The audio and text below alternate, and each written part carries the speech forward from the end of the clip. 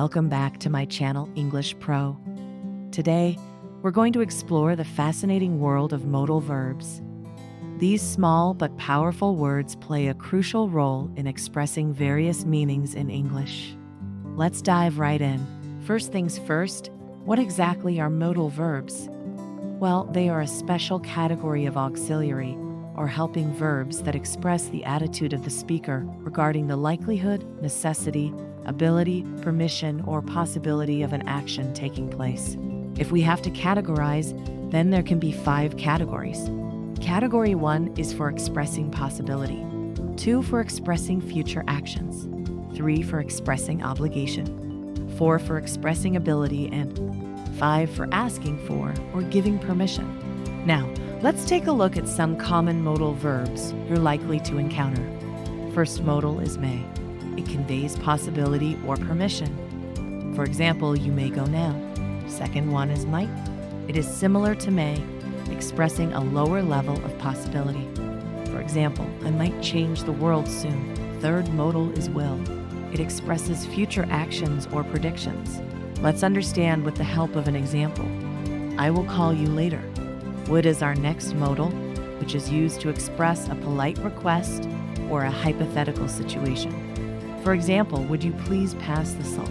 Next modal is shall, which falls in the same category and often used in formal or legal contexts to express future action. For example, we shall meet again tomorrow. Out next modal should is from third category. It indicates advisability or obligation. For example, I should be a good leader. Let's talk about the next one, which is have to. It indicates obligation or necessity.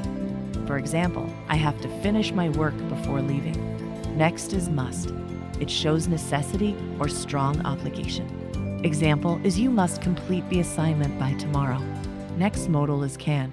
It expresses ability or capability. Example is I can be anything I dream. Can modal also be used for asking or giving permission? For example, can we save the world together? Our last modal is could. It indicates past ability or a more polite way of expressing ability. For example, she could speak French when she was younger. Here are a few tips on using modal verbs effectively. Position. Modal verbs are usually placed before the main verb in a sentence. Example, she can sing. Negation.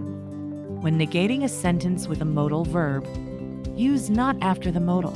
Example, I cannot swim. Questions. To form questions, invert the subject and the modal verb. Example, can you help me? And there you have it, a brief overview of modal verbs. Remember, these little words can greatly enhance your ability to communicate nuances in English. Practice using them, and soon you'll master the art of expressing necessity, possibility,